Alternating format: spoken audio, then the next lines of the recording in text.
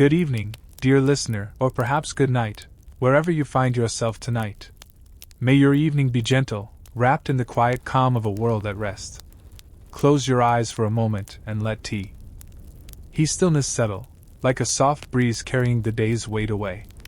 Picture a moonlit valley in feudal Japan, where rice fields shimmer silver under starlight, their edges whispering with the rust of cedar branches. Imagine the faint glow of a paper lantern, its light dancing on a wooden porch, and the distant hum of a cricket, singing to the night. These are the moments that cradle you now, inviting you to step into a story as soothing as a lullaby. Tonight, you are not merely a listener but a samurai, living a day in the heart of Japan's Sengoku period, a time of warriors and honor, of steel and serenity. This is no tale of grand battles or class lords, but a journey through the quiet rhythms of a samurai's life, dawn's meditation, the clink of a tea bowl, the weight of a katana polished by moonlight.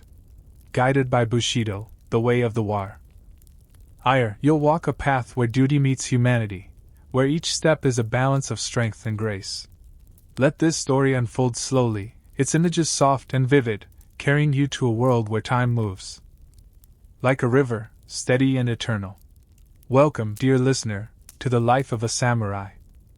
The first light of dawn creeps through the shoji screens, a soft whisper of gray and gold that nudges you awake. You lie on your tatami mat, the faint scent of woven straw mingling with the crisp air of early morning in feudal Japan.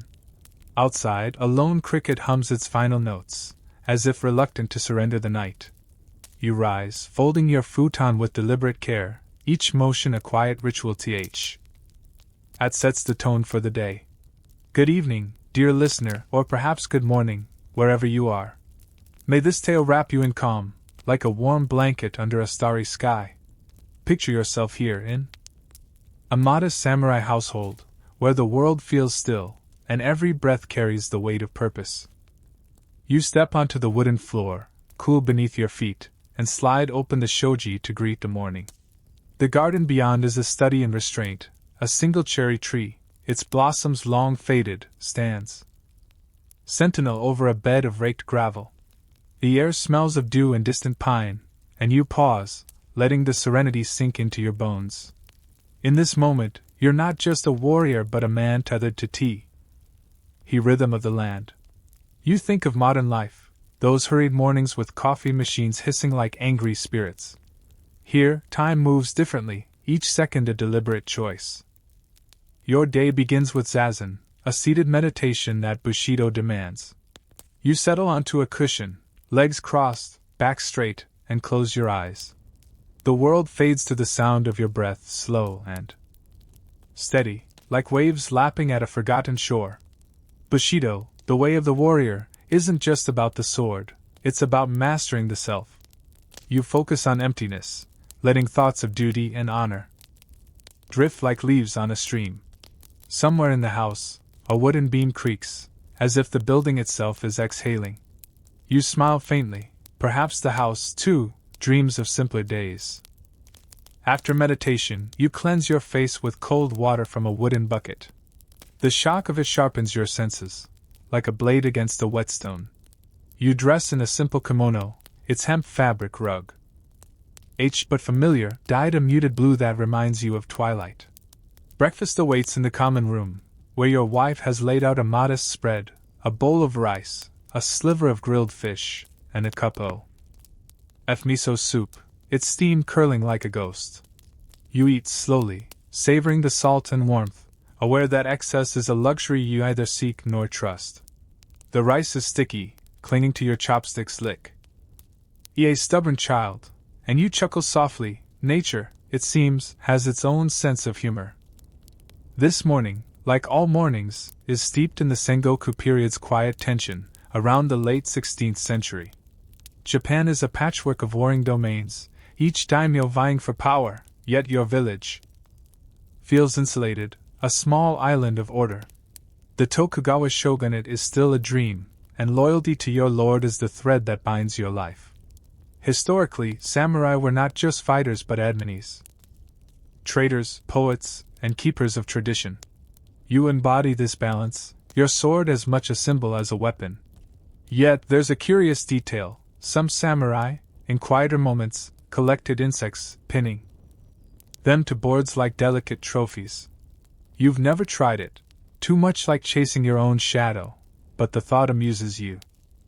You step outside, the gravel crunching under your sandals, and glance at the sky. Clouds drift lazily, like courtiers in no rush to please their lord. Your katana rests in its scabbard, tucked into you.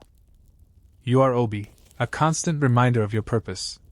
The blade, forged by a master in Kyoto, is said to hum when drawn, though you suspect that's just the wind playing tricks. Historians still debate whether samurai truly believed their swords held spirits, or if such tales were poetic embellishments. You're not sure yourself, but you treat the blade with reverence, as if it might one day answer. As you walk toward the courtyard, you pass a neighbor, old Taro, who's fussing over his radishes. He waves, muttering about the soil being too damp, and you nod, hiding a smirk. Taro's radishes are high pride, but they're as tough as leather, hardly the stuff of legend. You recall a modern saying about growing your own food, and wonder if Taro's stubborn crops would survive a farmer's market today. The thought lingers as you reach the open space where you'll train, the air now warming with the rising sun. Your life, you realize, is a tapestry of contrasts: the stillness of meditation against the clamor of potential battle, the warmth of family against the cold edge of duty. Bushido guides you, a code you written yet etched into your every step. You kneel briefly, touching the earth, and whisper a prayer to your ancestors. The day is young, and you are ready, your heart steady as the mountains that idle this land. History, like this moment, is both vast and intimate, a story told in whispers and steel. The courtyard stretches before you, a square of packed earth framed by low stone walls, kissed by the morning's lingering mist. You stand at its center, katana in hand, the scabbard's lacquered wood sea all against your palm. The air carries a faint tang of moss and iron, as if the earth itself anticipates your movements. Good evening, dear listener, or perhaps good night, wherever you find yourself. Let this tale cradle you, soft as moonlight on a still pond. You are a samurai, and here, in this quiet space, you dance with your blade, each step a vow to Bushido's unyielding code. You draw the katana, its steel catching the dawn's pale light, a silver arc that hums faintly, or is that just your imagination? Kenjutsu, the art of the sword, is your morning ritual, a meditation in motion. You move through kata, precise forms that mimic combat without an opponent. Your feet slide across the dirt, silent as a fox, while your blade slices the air in controlled arcs. Each swing is deliberate, a balance of strength and grace, like calligraphy painted on the wind. You imagine a modern gym, all clanging weights and pulsing music. How chaotic it seems compared to this solitary dance. Your breath steadies, matching the rhythm of your strikes. Inhale, lunge, exhale, pivot. The katana feels alive, an extension of your will, its weight familiar as your own heartbeat. Bushido teaches that the sword is the soul of the samurai, a bond forged in fire and discipline. You recall the blade's origin, crafted by a Kyoto swordsmith whose hands, gnarled as oak, folded the steel 1,000 ti. Yes.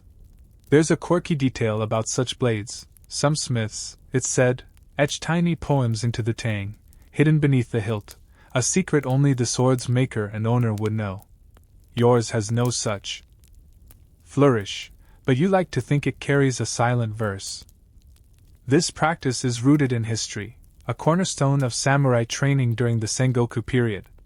As domains clashed and alliances shifted, a samurai's skill with the blade could mean survival, or Ion. Schools of kenjutsu flourished, each with its own philosophy, from the fluid strikes of Yagyu Shinkajiryu to the brutal precision of Itoryu.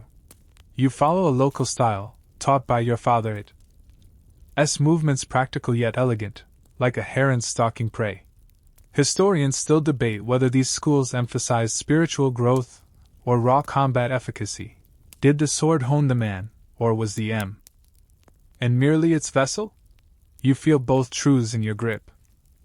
A bead of sweat traces your temple, and you pause, blade lowered, to catch your breath. The mist is lifting, revealing the distant hills, their slopes cloaked in cedar. A crow caws, its voice sharp ag. Ain't the morning's hush, and you smile, nature's critic, unimpressed by your performance. You sheath the katana, the click of steel on wood oddly satisfying, like snapping shut a modern laptop after a long day. The courtyard is empty save for you, yet you feel the presence of ancestors, their eyes in the rustle of leaves, urging you to honor their legacy. You walk to a stone bench, sitting to adjust your sandals. The leather straps are worn, a reminder of countless mornings like this. Your mind drifts to a lighter moment. Last week, a young samurai ped during kata, his blade skittering across the dirt like a startled crab. You all laughed, even the stern master, a rare crack in his granite facade. Bushido demands focus, but it allows for harmony. After all, even warriors stumble. You wonder if modern soldiers share such moments, chuckling over missteps in their drills. The sun climbs higher, warming your kimono, and you rise, ready to move on. Training has sharpened your body and mind, grounding you in the present. Yet there's a flicker of unease, rumors of unrest in a neighboring domain, whispers of bandits testing your lord's borders. Your katana, now at your side, is no mere tool for practice, it's a promise of protection. You think of those insect collections from Dawn's musings. How odd that a samurai might pin a beetle with the same care he'd wield a blade. Life, it seems, is a study in contradictions. As you leave the courtyard, the gravel crunches underfoot, a sound as comforting as a heartbeat. You glance back, the earth marked by your footsteps, a fleeting map of your morning's work. Bushido Bin. DSU to this path, its ideals of loyalty and discipline woven into every swing of your sword. The day stretches ahead, duties piling like stones, but for now, you carry the calm of the blade, its SI. Lent song echoing in your chest. History hums in these moments, a melody of steel and soul. The sun is higher now, casting dappled shadows through the cedar trees as you walk toward the armory, a low wooden building tucked behind your home. The air smells of polished wood and linseed oil, a scent that clings to your kimono like a memory. Good evening, dear listener, or perhaps good night, as you settle into this tale. May it wrap you in the quiet of a feudal dawn, soft as a whisper on SI. You are a samurai, and today, like every day, you prepare to embody the weight of duty, your armor a second skin forged by loyalty and craft. You slide open the armory's door, revealing racks of equipment bathed in soft light. Your armor waits on a wooden stand, its lacquered plates gleaming like the shell of a beetle. The yoroi is a master piece of function and art, black lacquered iron tied with silk cords, each knot a prayer for protection. You lift the chest plate, its weight familiar yet humbling, like carrying a mountain on your shoulders. As you fasten it, the cords rustle, a sound as soothing as rain on a thatched roof. You think of modern soldiers, their bulky vests and helmets, efficient, perhaps, but lacking the of handcrafted silk. Piece by piece, you don the armor, the sodi shoulder guards, the kusazuri thigh plates, the kabuto helmet with its crescent moon crest. Each component is a reminder of your role, not just as a warrior, but as a symbol of your daimyo's authority. Bushido demands you wear this burden with grace, your loyalty to your lord as unyielding as the iron at your chest. You adjust the menpo, a half-mask that covers your lower face, its stern expression carved to intimidate. A fleeting thought amuses you. Does it make you look fiercer than you feel, or is it just a fancy beard substitute? This act of armoring is steeped in the history of the Sengoku period, when samurai were the backbone of feudal armies. Armor evolved to balance mobility and protection, with artisans spending months in a single set. Your yoroi, passed down from your father, bears scratches from battles you'll never see, each mark a story etched in iron. There's an odd detail about samurai armor. Some warriors tied small bells to their cords, believing the sound would ward off evil spirits. You've no bells, too much like a cat's collar, you think with a smirk. But the idea lingers, a quirk of faith in a world of steel. You step outside, the armor clinking softly with each stride. The weight settles into your frame, a reminder of the duties awaiting you. Your daimyo expects you at his residence soon, a counsel to discuss the domain's defenses. Loyalty is the heartbeat of Bushido, binding you to your lord as surely as the cords bind your armor. You pass a persimmon tree, its fruit glowing orange against the green, and pause to pluck one. Its skin is taut, like a drum, and you tuck it away for later, a small rebellion against the day's rigidity. Modern folk might call it meal prepping, but to you, it's just revival. The village stirs around you, farmers heading to fields, a merchant haggling over sake. You nod to them, your menpo lending an air of mystery, though most know you as the quiet samurai who helps with harvest when time allows. Historians still debate whether samurai were distant elites or integrated into village life. Did they stand apart, or did they share the sweat of the land? You feel both the ren of your lord, yet tied to this soil, these people. The persimmon in your pocket feels like a secret handshake with the earth. A child darts past, chasing a hoop with a stick, and you stifle a laugh. His energy is boundless, unlike your measured steps, each one tempered by the armor's weight. You recall a moment from last a fellow samurai, overconfident, tripped while showing off his new yoroi, sprawling in the dust like a toppled statue. The memory softens your mood, a reminder that even warriors are human. You wonder if modern athletes, with their sleek gear, ever share such humbling missteps. As you approach the daimyo's residence, the castle's silhouette looms, its white walls stark against the hills. Your armor, once heavy, now feels like part of you, a shell that carries both pride and obligation. You think of that insect-collecting samurai from earlier, pinning beetles with the same care you give your yoroi. Perhaps he, too, found balance in the small things, a way to anchor himself amid duty's pull. The persimmon in your pocket presses against your side, a quiet promise of sweetness in a day of steel. The path to the tea house winds through a grove of bamboo, their stalks swaying gently, whispering secrets to the breeze. You walk with measured steps, your armor left behind, the katana at your side. Now your only wait. The air is warm, scented with earth and the faint sweetness of blooming camellias. Good evening, dear listener, or perhaps good night, as you drift into this tale. May it soothe you, like the soft clink of porcelain in a quiet room. You are a samurai, and in this moment you seek the stillness of the tea ceremony, a ritual where time pauses and bushido finds its gentlest expression. You reach the tea house, a modest structure of wood and paper, its roof curved like a monk's bowed head. Sliding open the door, you duck inside, the space dim and intimate, smelling of tatama and char. Coal. The host, a wiry man named Kenzo, greets you with a nod, his eyes crinkling with unspoken warmth. You kneel on the mat, your kimono rustling, and settle into the silence. The tea ceremony, or Anoyu, is no mere drink, it's a dance of precision and presence, each gesture a meditation. You think of modern coffee breaks, all rush sips and chatter, how they pale against this deliberate grace. Kenzo begins, his hands moving with the ease of water over stone. He cleans the utensils, a bamboo scoop, a silk cloth, with slow, deliberate strokes, each motion a poem without words. You watch your slowing, the world shrinking to this room. The kettle hums softly, its steam curling like a spirit rising. Bushido values discipline, but here, it's softened by wabi-sabi, the beauty of imperfect tie-in. The tea bowl, rough and asymmetrical, feels alive in your hands, its warmth seeping into your palms. You smile faintly. Modern baristas, with their gleaming machines, might scoff at this humble lay. The ceremony is rooted in history, shaped by masters like Sengoku in the 16th century, who elevated tea to a spiritual art.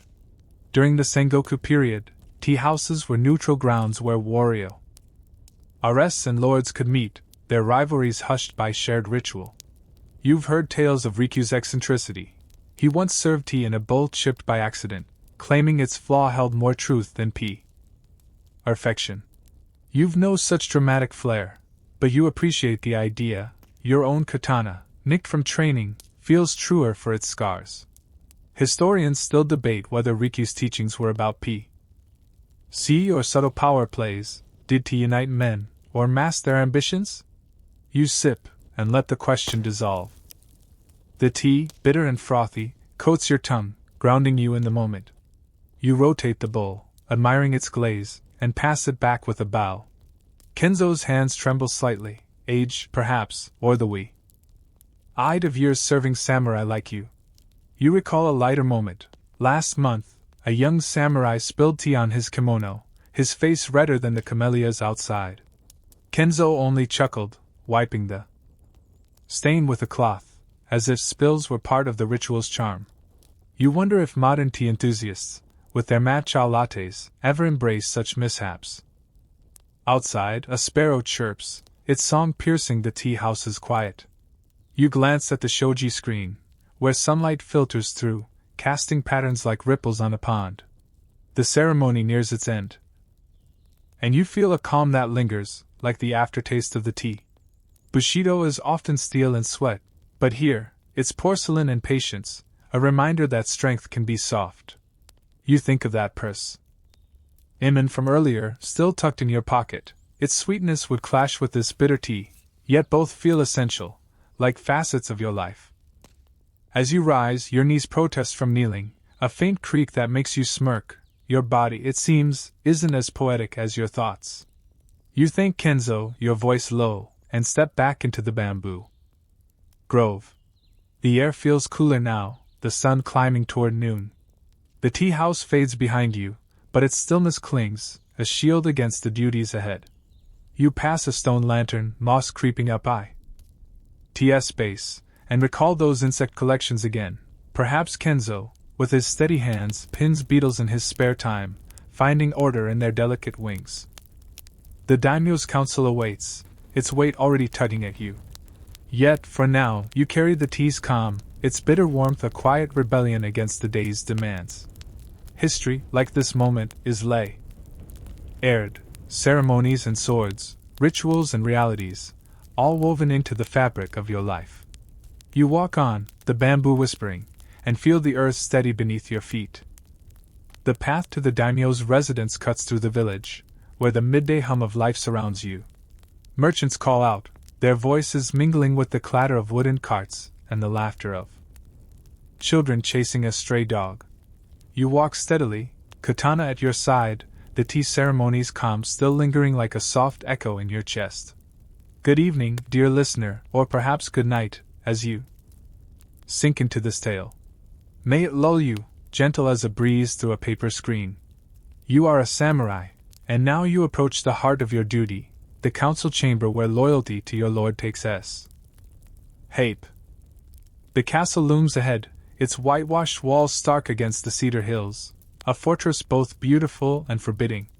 You pass through the outer gate, nodding to guards whose eyes flicker with recognition beneath their helmets. The courtyard is alive with activity, servants hauling rice sacks, a blacksmith hammering with rhythmic clangs. You ascend a stone staircase, the steps worn smooth by Sentu. Rise of footsteps, and enter the main hall. The air inside is cooler, scented with polished wood and incense, a world apart from the village's bustle. You think of modern boardrooms, all glass and RP voices. How sterile they seem compared to this ancient space. You kneel in the council chamber, a long room lined with tatami mats, its walls adorned with scrolls of calligraphy. The daimyo, Lord Takahashi, sits at the far end, his presence commanding despite simple robes. Other samurai and advisors kneel in rows, their faces composed, though you sense the undercurrent of tension. The discussion centers on a neighboring domain's recent maneuvers, rumors alliances shifting like sand.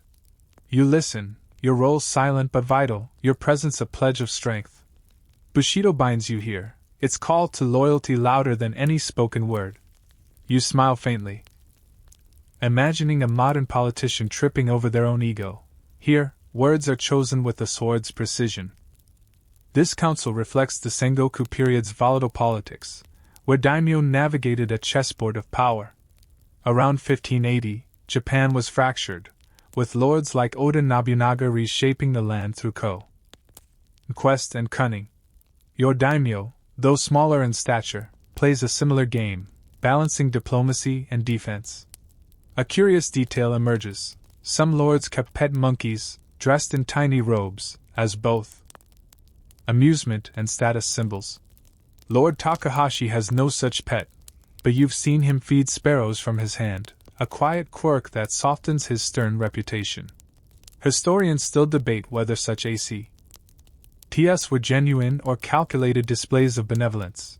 Does a lord's kindness reflect his heart, or his strategy? You watch him, and wonder. The discussion turns to fortifying the western border, where bandits have grown bold. You feel the weight of your katana, a reminder of battles that may come. The daimyo's voice is steady, but his fingers tap the tatami, a rare tell of unease.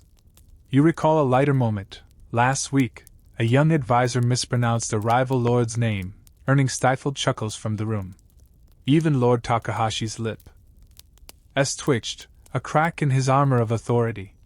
You think of modern meetings, where a typo in a presentation might spark similar amusement. Some things, it seems, never change. A servant glides in, offering cups of water, and you sip, the coolness grounding you. The chamber's shoji screens filter the sunlight, casting patterns that dance like ripples on a pond. You shift sleep. Ghtly, your knees aching from kneeling, but you remain still, a statue of duty. The persimmon in your pocket presses against your thigh, a small rebellion against the formality. You imagine offering tea to the daimyo, just to see his reaction. Would he laugh, or scold you for frivolity? The thought amuses you, a private jest in this solemn space. As the council winds down, Lord Takahashi assigns tasks. You're to join a patrol tomorrow, ensuring the villages are secure. You bow, your forehead brushing the tatami, and rise with the others. The chamber empties, but you linger, studying a scroll's bold kanji. Courage, it reads, a single word that carries a lifetime. You think of those insect collections again, perhaps a samurai pinned beetles to mirror this very feeling, capturing fleeting beauty amid duty's grind. The daimyo's sparrows come to mind, their tiny feet dancing on his palm, and you wonder if he, too, seeks such fleeting joys. You step outside, the castle's shadow cool against your skin. The village hums below, unaware of the strategies woven above. Bushido pulls you forward, its ideals of loyalty and service as unyielding as the castle's walls. Yet the persimmon in your pocket, the tea's bitter aftertaste, the memory of a mispronounced name, they remind you that life, even for a samurai, holds room for softness. Hister. Why whispers in these contrasts, a story of steel and silence, duty and dreams. The sun hangs high as you leave the daimyo's castle, its rays warming the gravel path beneath your sandals. The village hums with midday life, smoke curls from a blacksmith's forge, and a woman balances a basket of radishes on her hip. You head toward the dojo, where younger samurai await your guidance. Good evening, dear listener, or perhaps good night, as you ease into this tale. May it wrap you in the steady rhythm of a warrior's day, soft as a breeze through cedar branches. You are a samurai, and now you turn to the young, shaping their blades and hearts with Bushido's timeless code. The dojo is a sturdy building of wood and tile, its wide doors open to catch the breeze.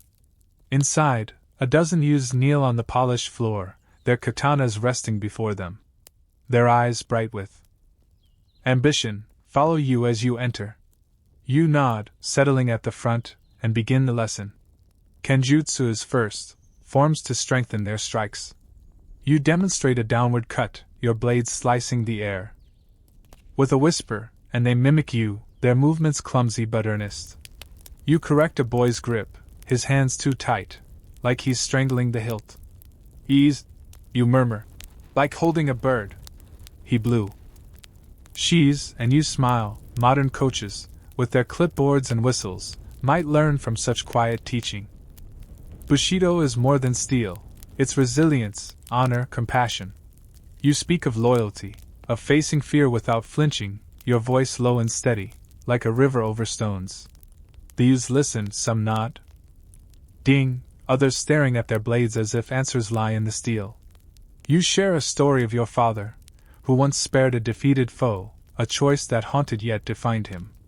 The dojo grows still, the weight of his decision lingering.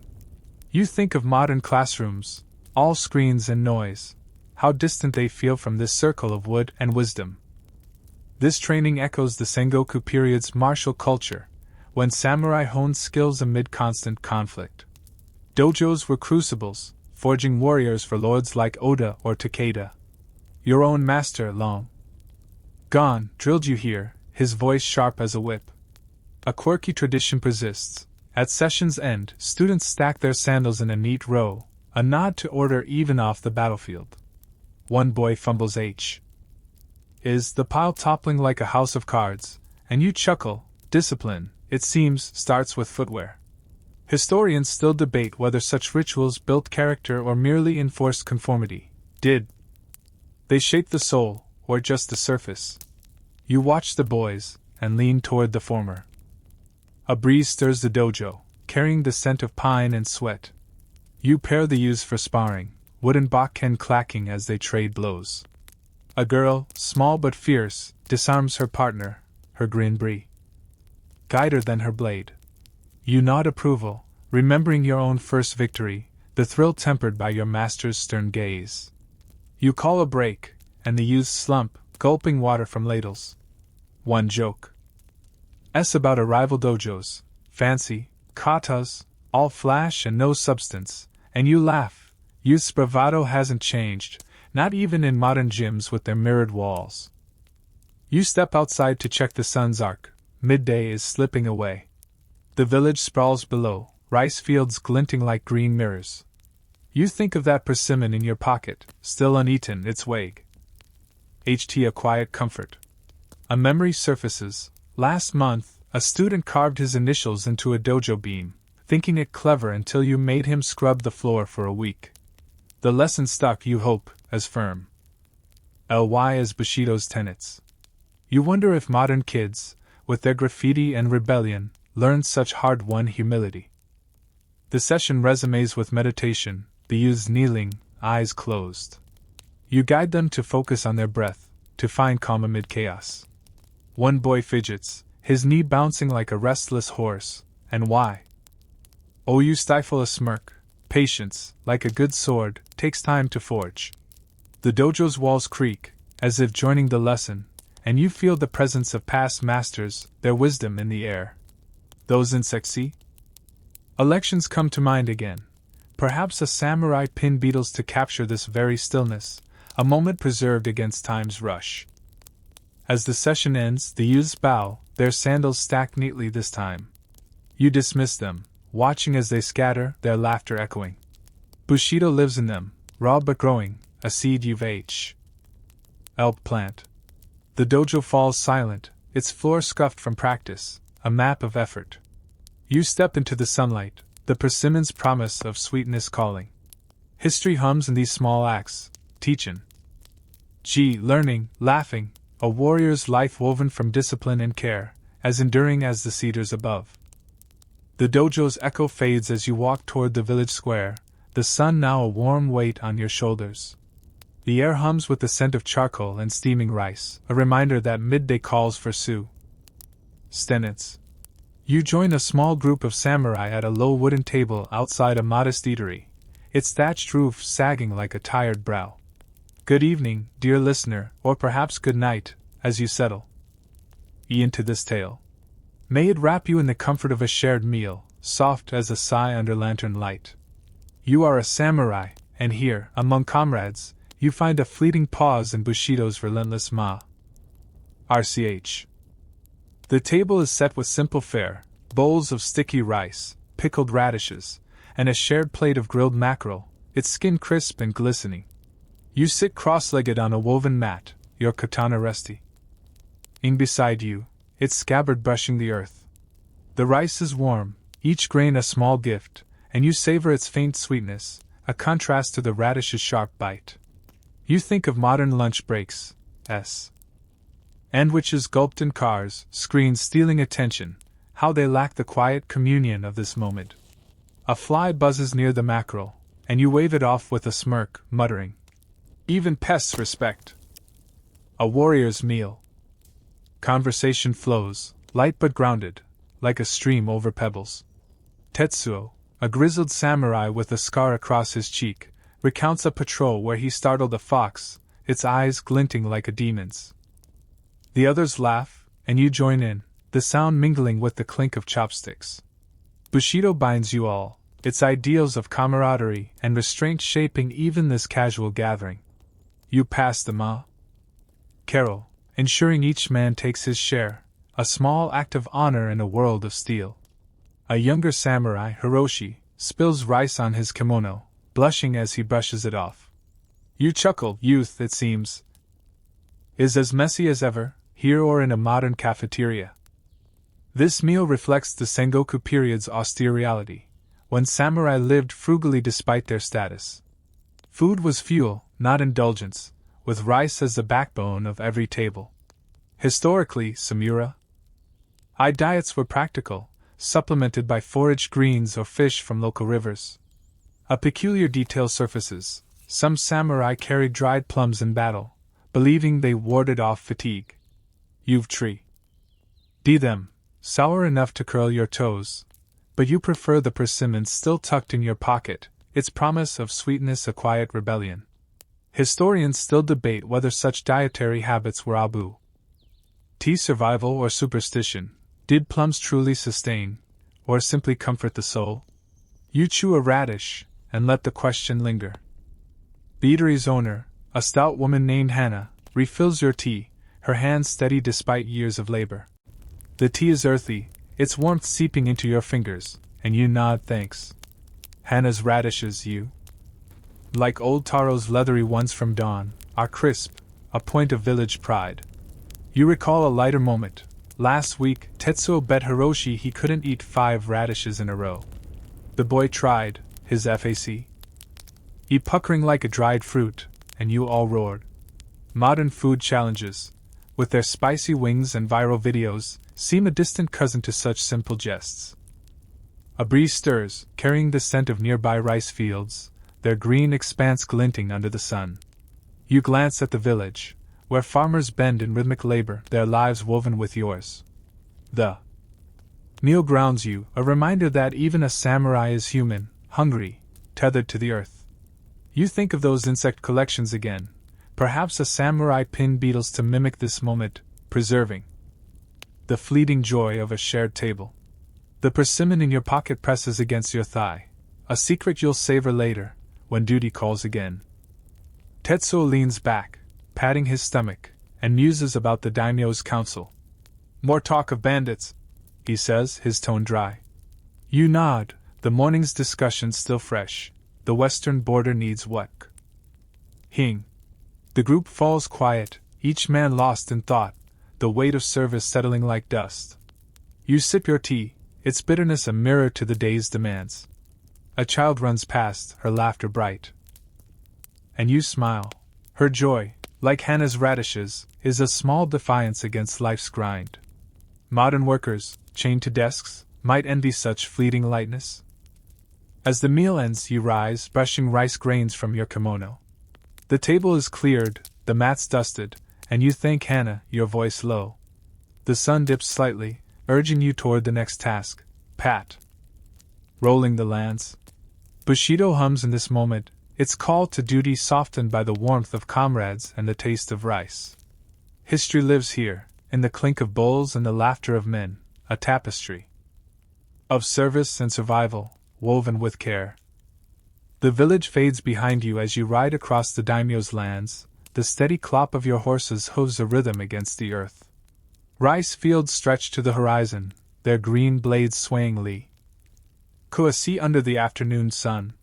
The air is heavy with the scent of mud and growing things, a living pulse beneath your duty. Good evening, dear listener, or perhaps good night, as you drift into T's tale. May it carry you, gentle as a leaf on a quiet stream. You are a samurai, patrolling the borders of your lord's domain, your katana a silent vow to protect this fragile peace. Your horse, a sturdy bay named Kaze, moves with easy grace, his ears flicking at the hum of cicadas. You guide him along a dirt path, past villages where farmers pause to bow, their faces weathered as the bark of ancient pines. Your role is clear: ensure their safety, deter bandits, and report any unrest. Bushido demands vigilance, a readiness to act without hesitation, yet you ride with a calm bow. Our end of routine. You think of modern security guards, their radios crackling in sterile halls. How distant their world feels from this open sky, this living land. The fields give way to a hamlet, its thatched roofs huddled like mushrooms after rain. You dismount, tying Kaze to a post, and walk the narrow streets. Villagers nod, some offering shy smiles, others averting their eyes from your katana's gleam. At the center, an old woman sells mochi, her hands dusted with rice flour. You buy one, its softness yielding under your teeth, and thank her. She chuckles, saying your horse looks hungrier than you. You grin. Kaze, with his greedy eyes, would probably agree. Modern convenience stores, with their neon glow, lack such warmth, such stories in every bite.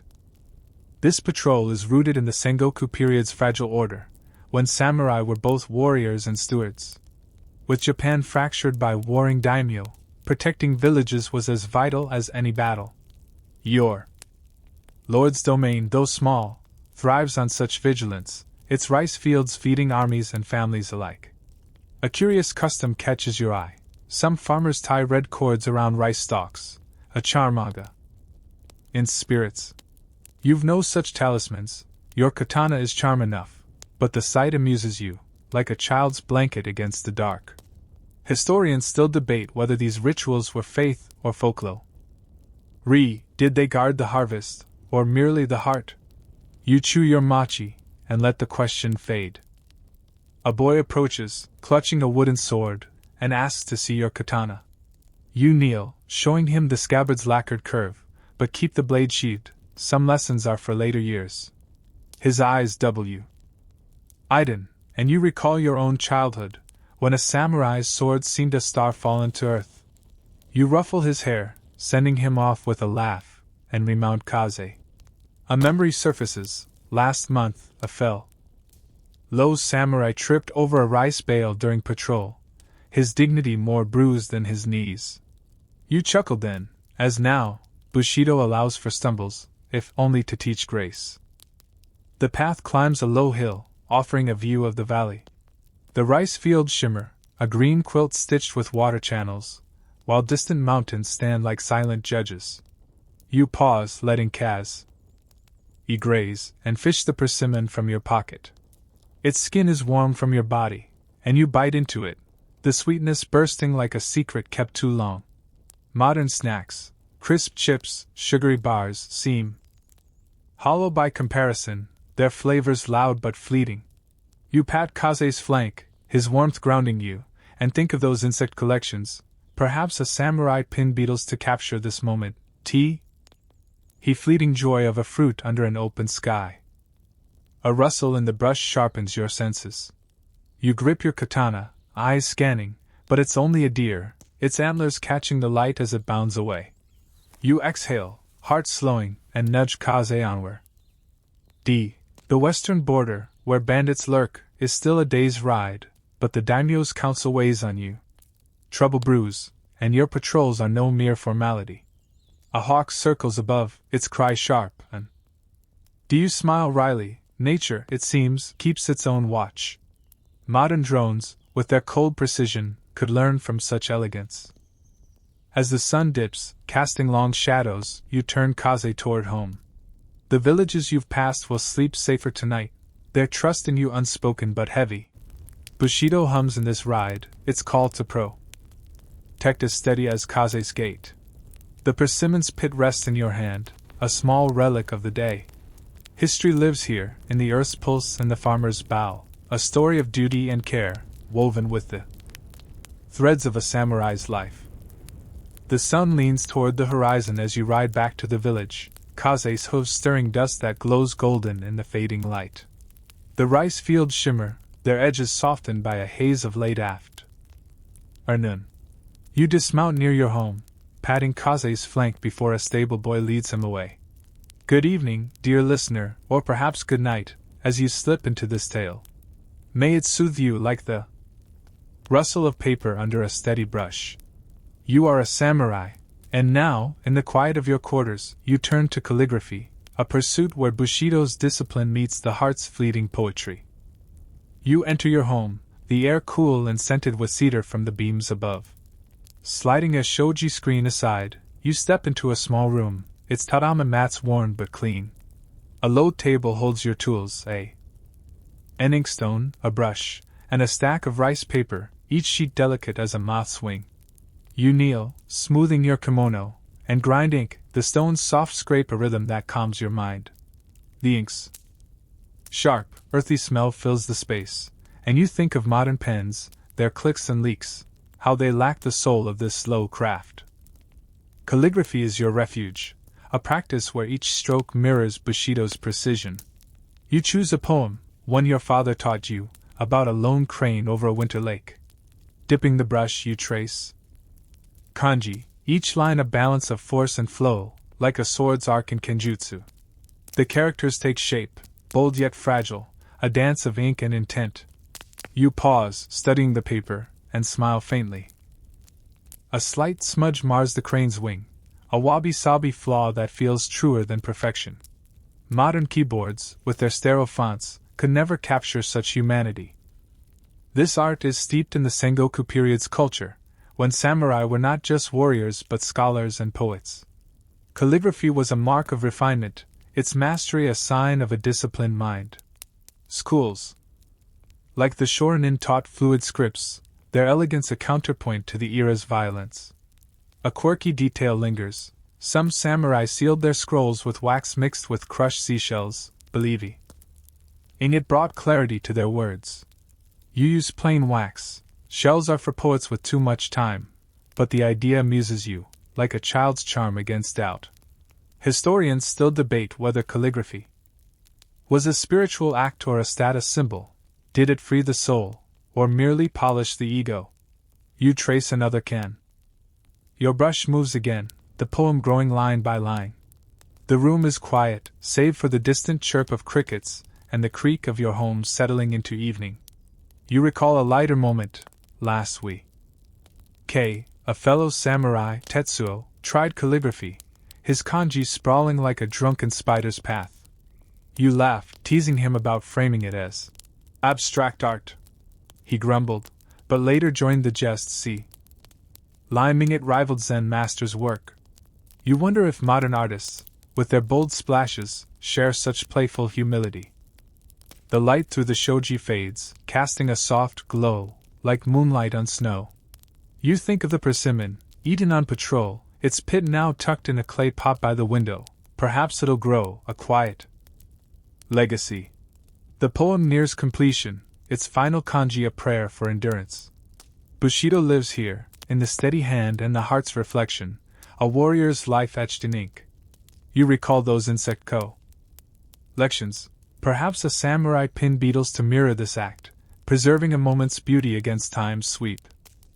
A breeze stirs the paper, and you steady it, your fingers stained with ink. The day's duties, patrols, councils, training, feel distant, softened by this solitary craft. You wonder if modern writers who etched over laptops find such peace in their words. A cricket's song grows louder, a tiny poet outside your window, and you smile. Nature, it seems, approves your work. The persimmon pit by the window catches your eye, a small hope rooted in earth. You seal the scroll, pressing wax with your thumb, and set it aside. The room grows dim, but your heart is steady, anchored by the brush's weight. History hums in this quiet act, a story of discipline, and dreams, written in the language of ink and silence. The scroll rests on the table, its ink drying under the fading light, as you rise from your calligraphy. The air carries a chill now, the day's warmth retreating like a tide. You slide the shoji scree and shut and step outside, your sandals crunching on the path to a nearby Shinto shrine. The village is quiet, its lanterns glowing like fireflies against the dusk. Good evening, dear listener or Purha. P.S. Good night, as you drift into this tale. May it cradle you, soft as a prayer whispered under starlight. You are a samurai, and now you seek the shrine's solace, where Bushido's steel meets the spear. Its timeless dance. The shrine lies nestled in a grove of cedars, their branches weaving a canopy that filters the last rays of sun. Stone lanterns line the path, their mossy bases glowing faintly, as if lit by memory. Why? Oh, you pause at the torii gate, its red arch a threshold between worlds, and bow, your katana brushing your thigh. The air smells of pine and damp earth, a scent that grounds you, like the weight of your blade. You think of modern churches or meditation apps, their polished calm, how they lack the raw, ancient pulse of this sacred grove. You approach the purification basin, a stone trough fed by a bamboo spout. Dipping the ladle, you rinse your hands, then your mouth, the water cold enough to sting. The ritual is simple, yet its center. As you, washing away the day's dust, patrols, councils, ink-stained fingers. You step toward the Honden, the shrine's heart, where the kami, spirits of nature and ancestors, reside.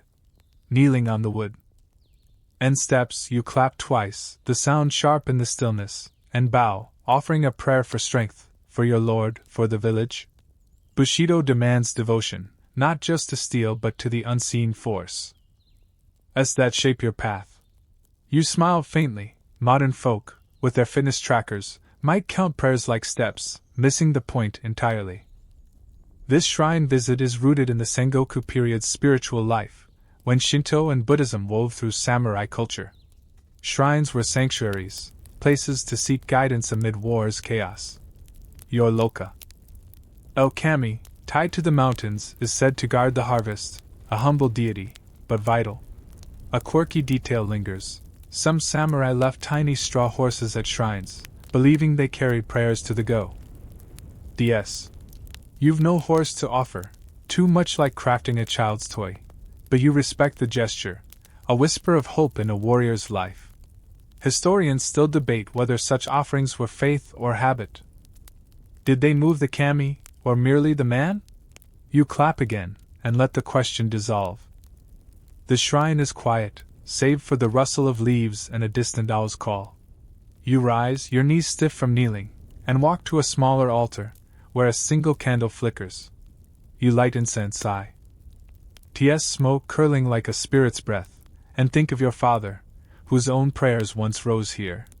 His memory is a steady hand on your shoulder, guiding you through Bushido's maze. A memory surfaces. Last month, a young samurai tripped on these steps, his offering of rice scattering like confetti.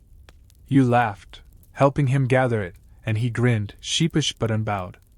Modern worshippers, with their tidy pews, might miss such human moments. The cedar grove darkens, the stars peeking through like shy guests. You think of the persimmon pit, now in its clay pot at home, a small act of faith, like the incense you've lit. The shrine's stillness mirrors the tea ceremony's calm, a reminder that Bushido embraces both action and pause. You recall those insect collections, perhaps a samurai pinned beetles to capture this very quiet, a moment hell. Against the rush of duty. The owl calls again, its voice a soft challenge to the night, and you smirk. Nature, it seems, prays in its own way. You bow once more, the torii gate looming as you retrace your steps. The village waits below, its lanterns a constellation of human care. The day's wait, training, patrolling, riding, settles into yo. You are bones, but the shrine has lightened it, if only for now. You think of modern seekers, chasing mindfulness in apps and retreats. Do they find this same peace, this thread to the eternal? The katana to your side feels heavier, not with burden but with purpose, a reminder of the life you've sworn to protect. As you leave the grove, the cedars whisper, their branches swaying like a lullaby. Bushido lives here, in the clap of hands and the flicker of candles, a warrior's heart tethered to the divine. Hister. Why hums in this moment, a story of steel and spirit, woven with the quiet strength of a samurai's prayer. The shrine's cedar grove fades behind you as you walk back to the village, the night air cool against your skin.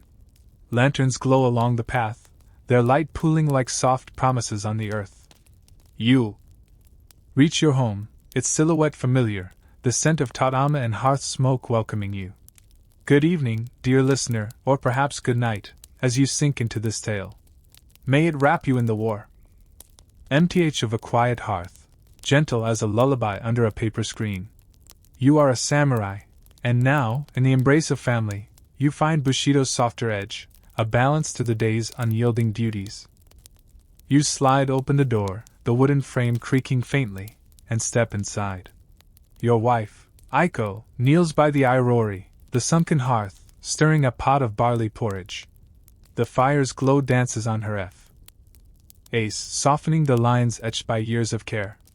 Your two children, Hana and Kenji, sit nearby, Hana weaving a straw doll, Kenji whittling a stick with a blunt knife. You kneel, loosening your obt. Katana resting against the wall like a silent guest. The room smells of barley and cedar, a grounding contrast to the shrine's pine and incense. You think of modern families, glued to screens over dinner, how distant their rush feels from this unhurried moment.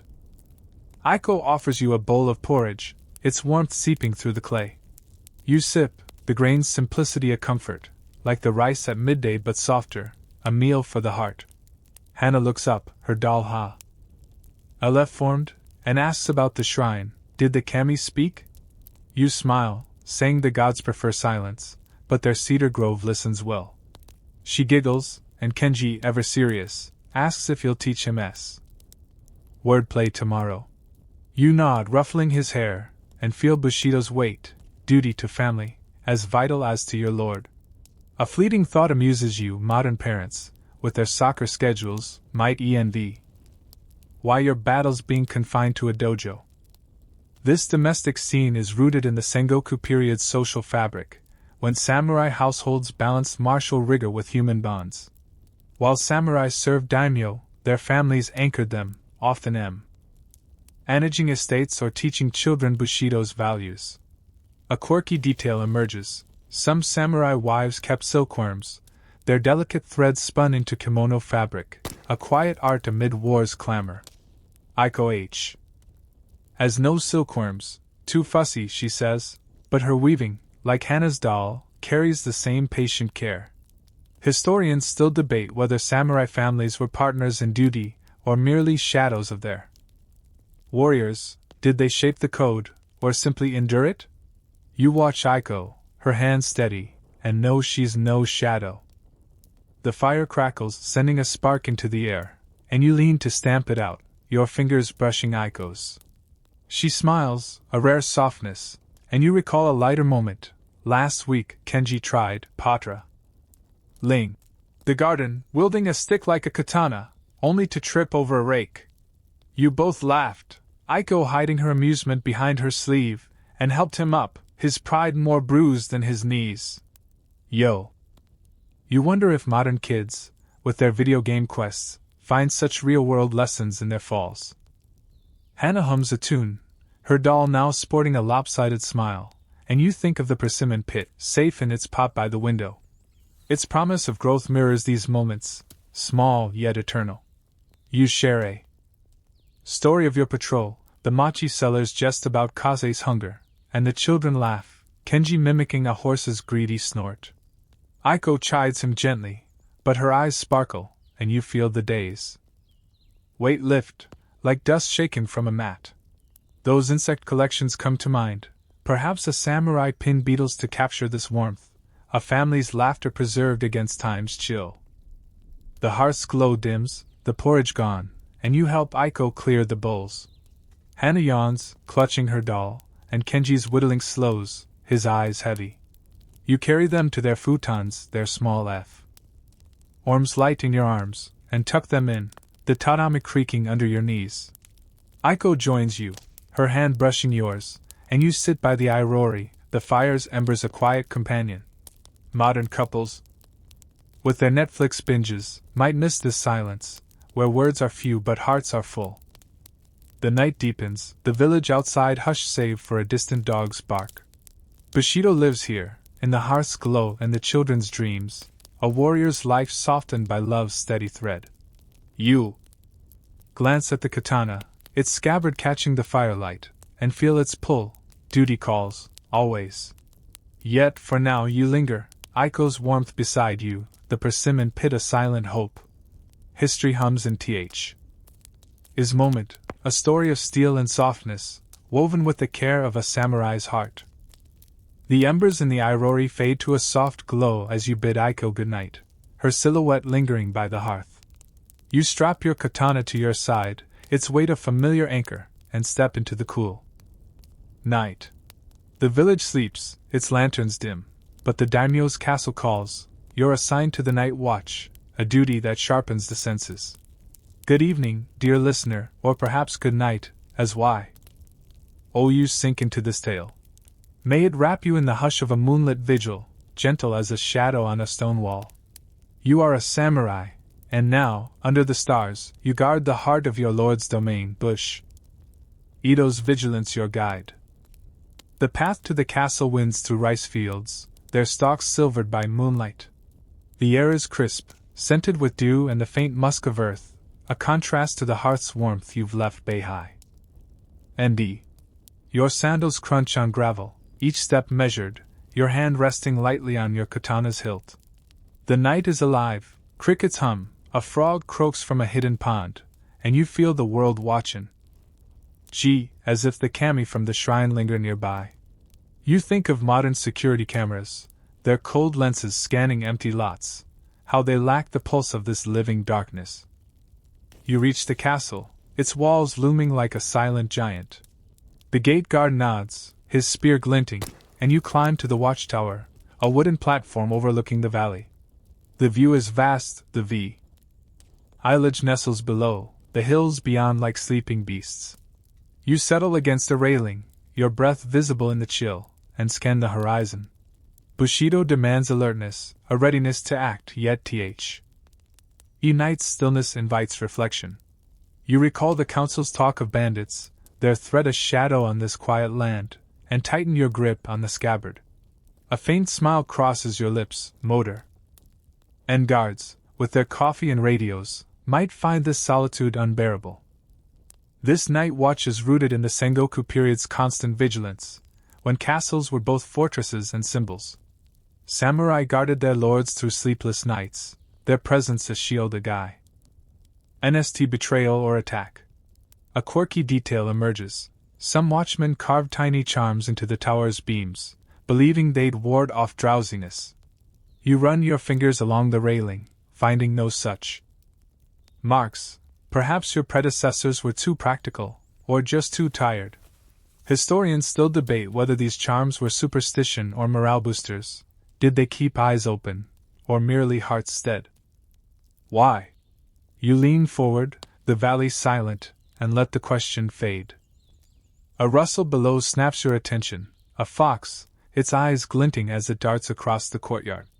You exhale, heart slowing, and chuckle softly. Nature, it seems, enjoys testing your nerves.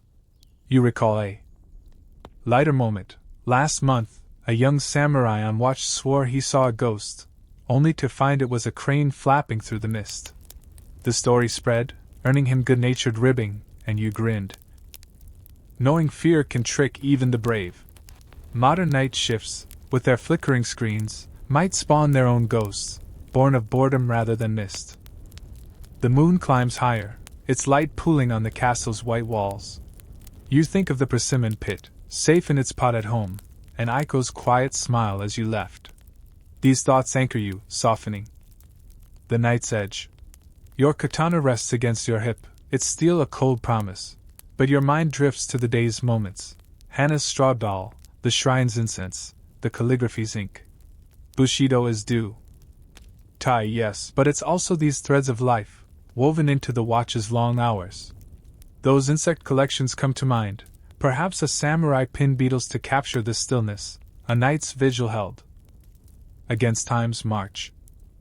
A distant owl hoots, its call sharp yet soothing, and you shift your stance, your legs stiff from standing. The valley remains quiet, no bandit torches or rogue shadows, but you stay alert, the daimyo's trust heavy on your shoulders. You wonder if modern sentries, with their high-tech gear, feel this same blend of pride and solitude. A shooting star streaks above, brief and bright, and you smirk, a tour's little show, free of charge. The castle creaks, its timbers settling, as if whispering secrets of past watches. The hours stretch, the moon tracing its arc. You pace the platform, your steps soft, the katana's weight a steady reminder. Bushido lives here, in the silent watch, the unseen guard of a sleeping land. The night holds you, its calm a mirror to the shrine's peace, the hearth's warmth. History hums in this moment, a story of steel and stars, vigilance and dreams, woven with the quiet strength of A.S. Amurai's heart.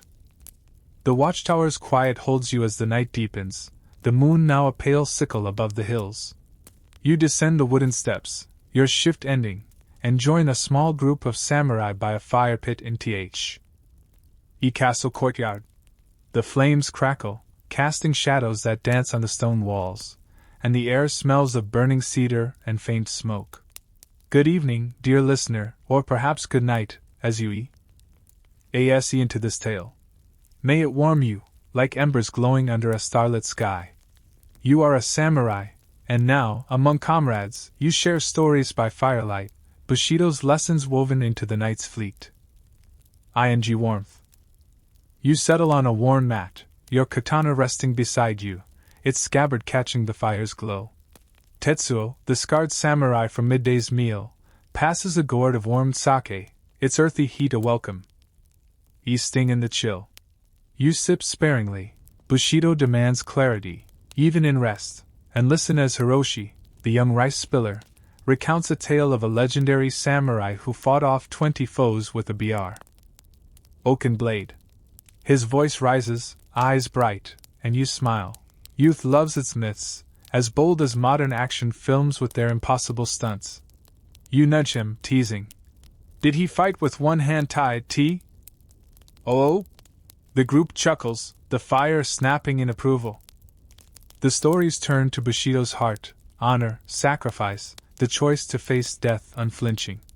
Tetsuo speaks of a battle years ago, when your daimyo's father held a bridge against odds, his stand saving the village. His voice is low, the flames reflecting in his eyes, and you feel the weight of that legacy, a thread tying you to this fire, this night. You add your own tale, of your father's mercy to a foe, a choice that spared blood but haunted him. The group nods, the sake gourd circling, and you think of modern campfires, podcasts or barbecues, perhaps, lacking this raw connection to the past. This gathering echoes the Sengoku period's camaraderie, when samurai found solace in shared tales amid war's grind. Firelit nights were classrooms, passing down Bushido's code through stories, not SCR. Alls. A quirky detail surfaces. Some samurai carried small stones etched with prayers, rubbing them for luck before battle. You've no stone, your katana's hilt is luck enough, but you admire the habit. Like a child clutching a charm. Historians still debate whether these tales were truth or morale-boosting fables. Did they forge unity, or merely mask fear? You sip sake, the fire's warmth on your face, and lean toward unity. A log shifts, sending sparks skyward, and Hiroshi jumps, earning a laugh. You recall a lighter moment. Last week, Tetsuo tried to teach a stray cat to sit, offering it rice only for it to swipe his hand and bolt. Ungrateful beast, he grumbled, but fed it the next day. You grin, sharing the story, and the group roars, Tetsuo's mock scowl fueling the mirth. Modern pet owners, with their viral CAT videos, might recognize such stubborn affection. The fire pops, a spark landing near your mat, and you brush it away, the motion as natural as drawing your blade. The talk shifts to myths, kappa in the rivers, spirits in the hills. Hiroshi swears he saw a glowing orb once, a will-o'-the-wisp, and Tetsuo scoffs, blaming too much sake. You stay quiet, thinking of the shrine's incense, the kami's unseen presence. A debate sparks. Are these tales mere fancy, or do they hold Bushido's truths? You toss in a jest. Maybe the kappa just want better machi. And the L authorizes, easing the night's weight. Those insect collections flicker in your mind. Perhaps a samurai pinned beetles to capture this moment. The fires glow, and the stories hum, a fleeting bond p.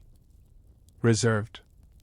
The sake gourd empties, and the fire dims, its embers pulsing like a tired heart. You think of the persimmon pit at home, Aiko's smile, Hannah's straw doll, anchors to a life beyond the sword. The castle looms behind you, its walls silent but heavy with duty. Modern workers, swapping stories over coffee, might miss this blend of grit and grace, where every tale carries a lesson. A bat flits overhead. Its wings a whisper, and you smirk, nature's night watch, keeping its own vigil. The group disperses, mats rolled, the fire left to smolder. You rise, katana in hand, and head toward home, the stars sharp above. Bushido lives here, in the fire's warmth and the story's echo, a war. Rier's heart strengthened by shared truths. History hums in this moment, a tapestry of steel and laughter, duty and dreams, woven with the quiet strength of a samurai's night. The fire's embers fade in the castle courtyard as you walk toward home, the night air sharp with the scent of frost and distant pines. The village is a constellation of lanterns, their glow soft again. The dark, guiding your steps. You reach your house, its silhouette a quiet promise of rest, and slide open the door, the wood sighing under your touch. Good evening, dear listener, or perhaps good night, as you settle into this tale. May it lull you, gentle as a lantern's flicker on a still night. You are a samurai, and now, in the hush of your quarters, you prepare for rest, Bushido's osterate. Why shaping even this final act of the day? The room is dim, lit by a single paper lantern casting shadows that sway like reeds. You kneel by a low table, the tatami cool beneath you, and begin your evening rituals. First, the katana you draw it from its scabbard, the steel glinting faintly, and wipe the blade with a soft cloth, each stroke deliberate, a meditation in care. The metal is smooth, its nick's a map of your training, and N.K. of the sword's maker in Kyoto. Did he know it would carry a man's soul? You smile faintly, recalling modern tools, all plastic and disposability, how they lack the weight of this forged bond. Next, you clean the scabbard, polishing its lacquer until it gleams like a beetle's shell. Bushido demands respect for your tools, for they are your life's extension. You set the katana on its stand, its curve elegant yet deadly, and turn to your armor, stored in the corner. You brush dust from the oroi's plates, the silk cords whispering under your fingers.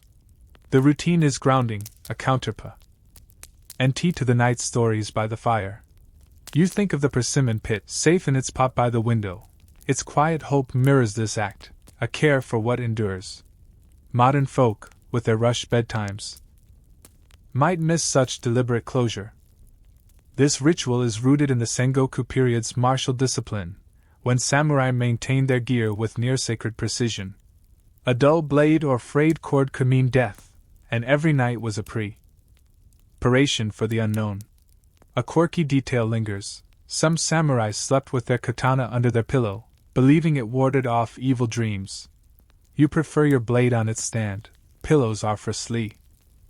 Not superstition, but the idea amuses you, like a child clutching a talisman.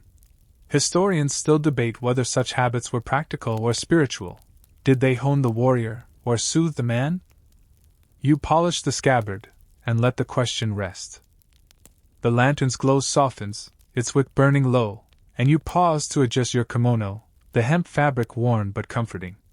A memory surfaces. Last week, Kenji tried polishing your old dagger with a stone, leaving it scratched and you laughing, his earnest frown worth the repair. You taught him the proper cloth, his small hands mimicking yours, and Aiko watched, hiding a smile. Modern kids, with their gadgets and impatience, might struggle with such slow lessons. You chuckle softly, the dagger's still usable, a testament to patience, yours and his. You rise, stretching your arms, your joints creaking like the house's beams. The room is sparse, a futon, a chest for clothes, the katana stand, and that persimmon pot, it's soiled dark with promise. Hido's austerity shapes this space, a reminder that excess clouds the mind. You think of those insect collections, perhaps a samurai pin beetles to mirror this ritual, preserving order in a world of chaos. The lantern flickers, casting a shadow of your blade on the wall, and you smirk. Even shadows, it seems, respect a samurai's craft.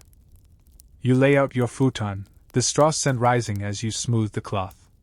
The day's moments replay, the shrine's incense, Hana's straw doll, Tetsuo's cat story by the fire. Each is a thread in Bushido's tapestry, weaving duty with humanity. You wonder if modern workers, collapsing after long shifts, find such meaning in their routines. A cricket chirps outside, its song a tiny echo of the night's six. Gill, and you smile, nature, too, keeps its rituals. The house is still, Aiko and the children asleep, their breaths a soft rhythm beyond the shoji. You kneel one last time, whispering a prayer to your ancestors, their strength a guide through the dark. The katana gleams, its presence a quiet vow. History hums in this moment, a story of steel and silence, care and conviction, woven with the steady hand of a samurai preparing for rest.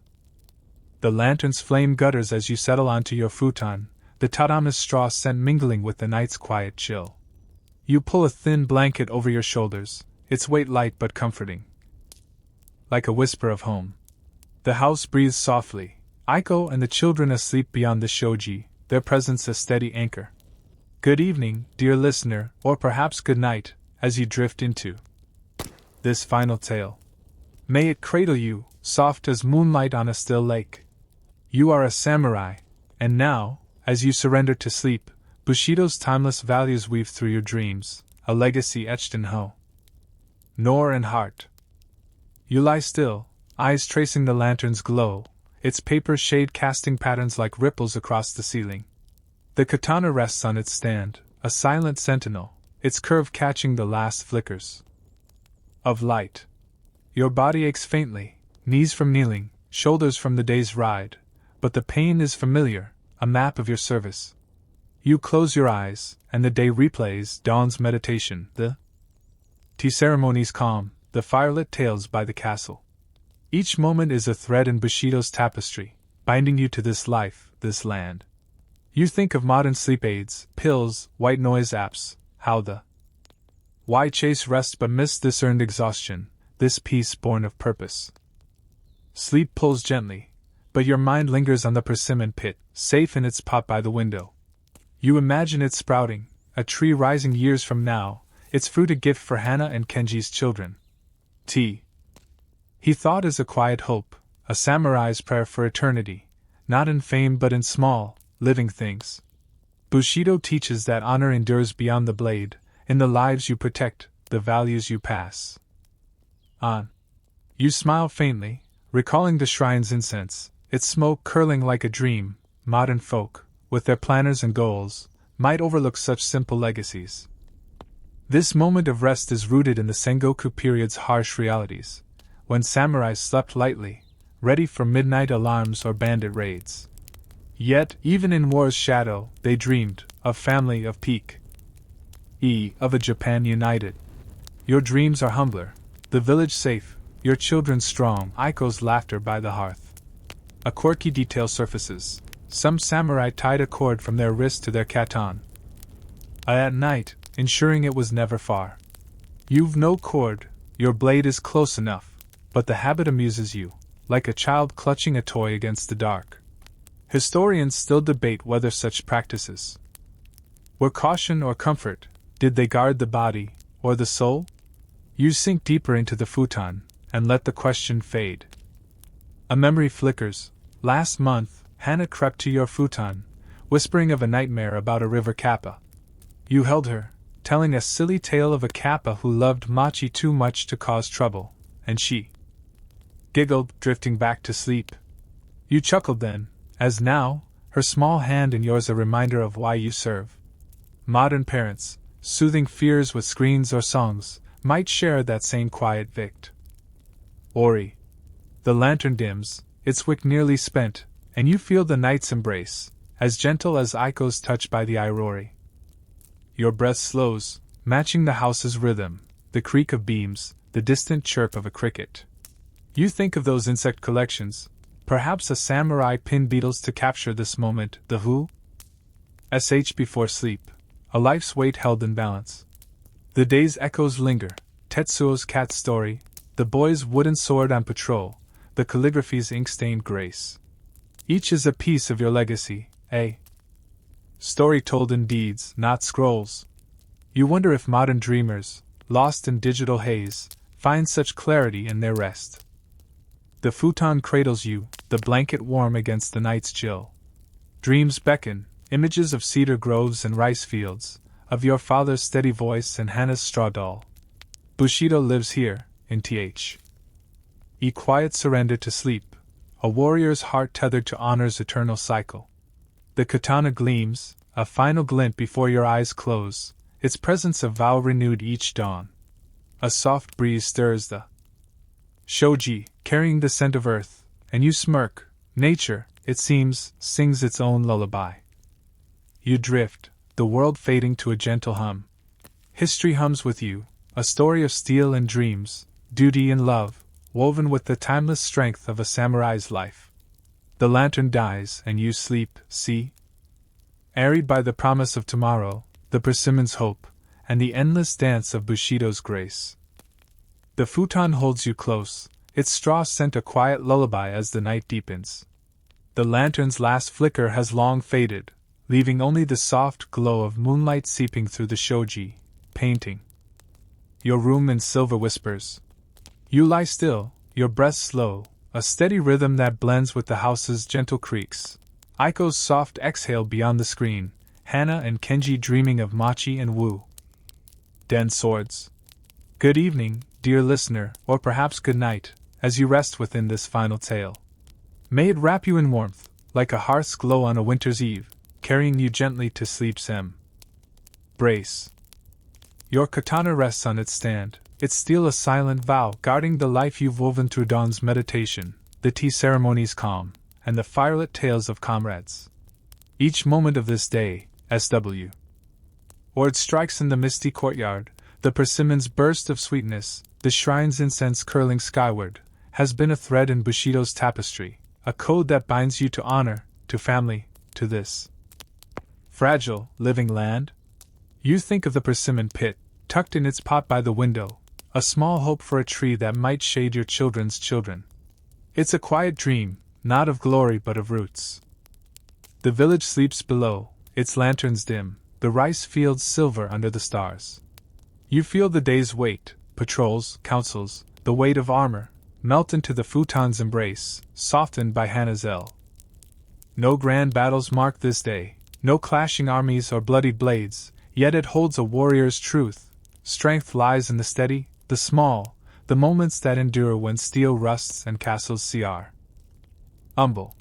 You think of those insect collections, pinned with care by some forgotten samurai. Perhaps he, too, sought to hold time still, to keep a piece of this fleeting world. The cricket outside hums it. As final notes, a tiny poet bidding you farewell, and you feel the night's calm settle deep, a blanket woven from history's quiet threads. Now you can close your eyes and let the currents of time take you away, dear listener, drifting on the whispers of feudal Japan, where samurai walked paths of steel and starlight. Let the cedars sigh. The katana's gleam, the persimmon's promise carry you to dreams, where honor endures, soft as moonlight, strong as stone. You are safe here, in this story's arms, a tale told with care, its rhythm as steady as a samurai's heart. History hums on, vast and gentle, and you are part of it, resting now, ready for the dawn.